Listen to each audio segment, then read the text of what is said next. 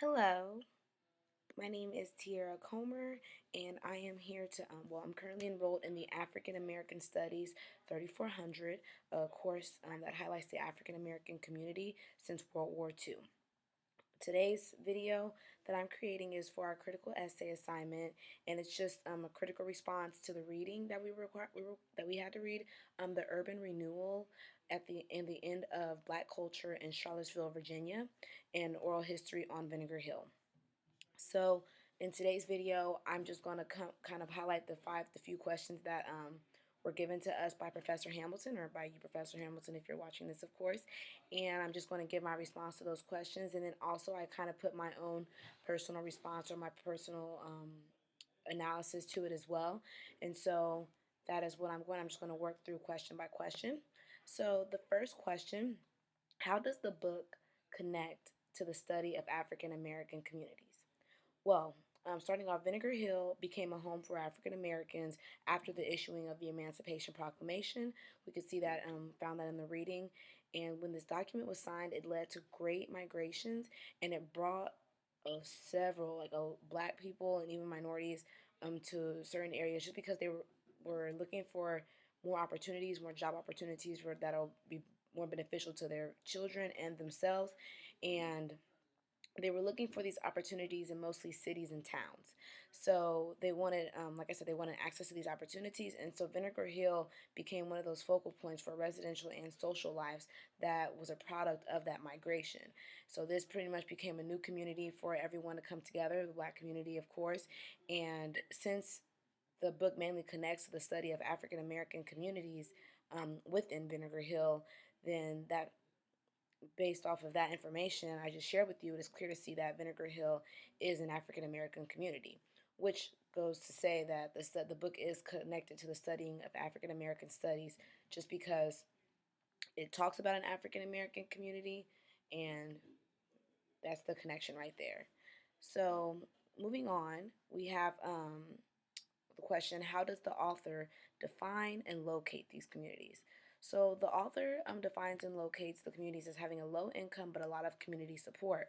At its prime, he said the hill took itself stood as something of a symbol against the socioeconomic exploitation.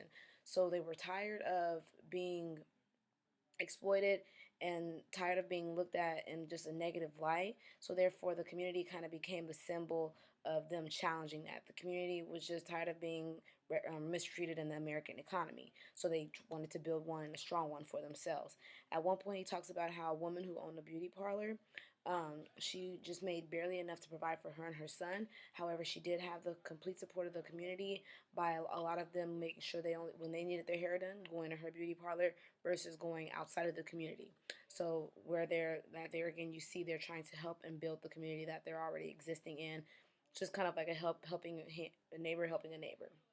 So the community even had its own school, the Jefferson School, which blacks could attend. However, on the other hand, the Jackson P. Burley High School, which blacks had to drive out of town for, it wasn't there for them, but they did have that school there, and families did try to work together because a lot of them already know, it was hard to afford to be able to get out of the city anyway. So to be able to try to provide those opportunities for your child made it very challenging, but they all tried to come together and work together to help and get their children into their post-secondary or into their secondary education.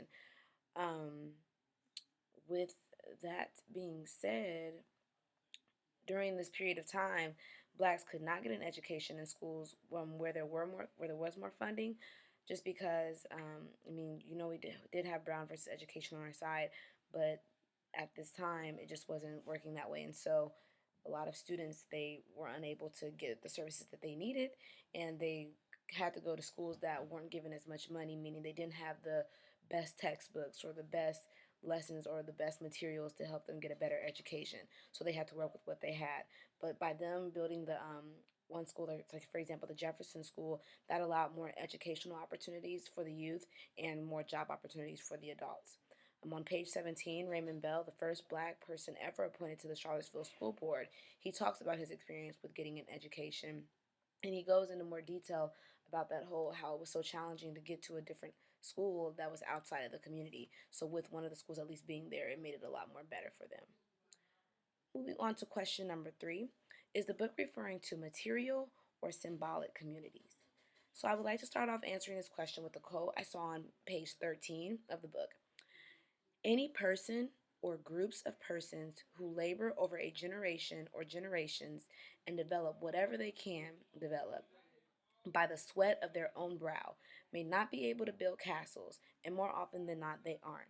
But I have a feeling that whatever they build and whatever they own is on the plus side for any person or any group of persons or for any neighborhood. So the reason why I just mainly highlighted that quote is just because it mainly goes to show how these places served as a symbolic place. Now, I believe the book does touch on both, however. So I believe that it covers both material spaces and symbolic spaces. So, for example, on page 92, after the urban renewal, the author talks about a man named Thomas Ing. Sorry if I pronounced his name wrong, or Ing. He owned a corner store that existed in the southwest edge of Vinegar Hill. At first, the geographical setting of the shop was given, so the author kind of described its exact location. Like I just said, it was by saying it was at the southwest edge of Vinegar Hill. But then afterwards, the author continues on to talk about how it served as a common location for the community.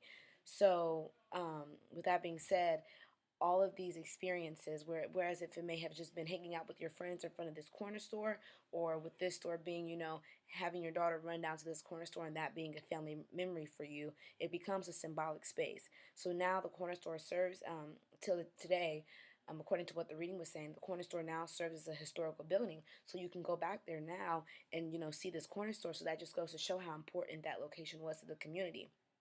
And this just also goes to show how strong that connection was to the symbolic meaning.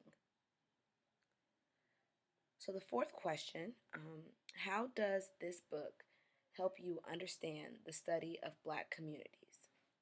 So, this book helps me understand the study of Black communities in many ways, just because of, first of all, the approach that the author took with it by putting in personal excerpts, so like personal stories from actual real life experiences. So, it's like it's coming from different places and not all just from one person. Um, it shows me how close everyone in the community was, how important that support system is. Because right now, currently, as a psych major, I'm very interested to know, and also as an aspiring guidance counselor, I'm interested to know what can help a student perform better. And recently, looking into some studies with South Korea, a lot of their parents, um, they put a lot of, and even money, like on top of money, just a lot of moral or mental support. I know, like in South Korea, before all of the students go take a test, all of the parents get together and go say a prayer somewhere. So that's just one way to go to show, and like that parental support. And as you guys may or may not know, South Korea is the top, like one of the top in the nations. They have the top education system, and like the students are flourishing on, and the economy is flourishing right now.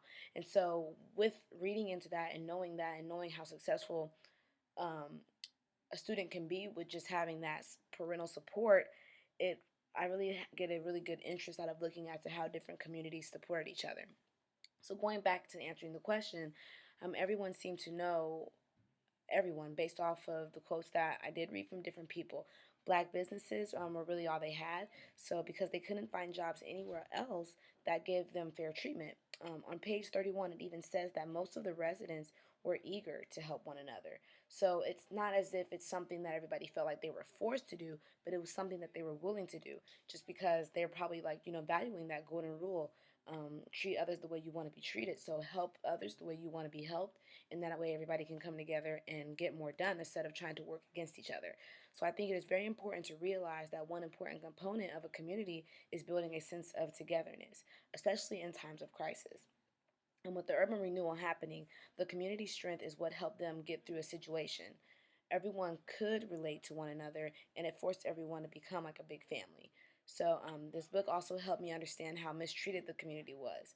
Whereas the city may have had a good reason to get rid of the town because of the working conditions, or the living conditions were bad and everything like that, but when you really think about it, without them being able to have those job opportunities or those nice jobs, they can't afford to, rehabilitate those communities. So whereas the city may have had a good reason, like I was saying, I feel as if the city is the reason to blame in the first place. But with different organizations working together to keep them out, to keep blacks out of the suburbs, and different employers denying them jobs they could not afford to maintain a healthy environment. They were already working to make ends meet, as I said earlier, with the woman who had owned her own beauty parlor. She barely was making enough to feed her son, but the last thing on their mind, or on their to-do list, should I say, was the rehabilitation of the community. My next question that I would like to answer is, what role did public and local policies have in shaping the African American community there? So, with the community being known as a slum area, they were a target for destruction because of the very poor living conditions. The conditions were described as detrimental to health, safety, and morals. Local policies that went against the slum living conditions could have even, they had like a push pull to gain funding for the urban renewal project. So, this was kind of like all of the factors or the bad things of that community was really helping these different companies, and helping the government to get people to support this whole urban renewal. Um, so before you tear down a city and rebuild something, you need money and permission to do so. So with the violation of these policies, they were able to get about 2/3 of the net cost funding they needed for the project. The next policy that played a role with this community would be related to Section 221 of the National Housing Act. This allowed families to receive funding for their relocation. This could have been an impact on the community staying together, assuming they were all provided with the same amount of money. So it helped, with that shaping right there. And as we see, like Hardy Drive became the new location for some people. And these public and local policies forced the community to be strong for one another. And they made the people and relationships be more meaningful by getting rid of their symbolic, or their, so they got rid of their actual like material spaces, but the material spaces that had symbolic meaning. But since that symbolic meaning was still in that space, it was kind of hard to completely demolish it, but they still definitely tried. So, just for my final comments and my final wrap up, I just wanted to say that I took the class, The African American Worker, which with Muhammad, which I recommend you guys taking, especially after taking this class, or even if you've already taken it before. In the class, we had the opportunity to learn about the different unions that were formed in order to create a better work environment for people. And so, the reason that I just share this is just because it allows you to kind of look at all of the different things that, so we kind of focus on what's going in the community, and so it's kind of cool to see what's also taking place outside of it. And so a lot of things are trying to work together, and a lot of people are working together to try to make a better place for the world, or not, for the black community, I mean. And so I definitely recommend you either look into those readings or looking into like the labor unions that were put together for that, because it still is very connected to the community. That is all I have for this assignment today, and then have a great day.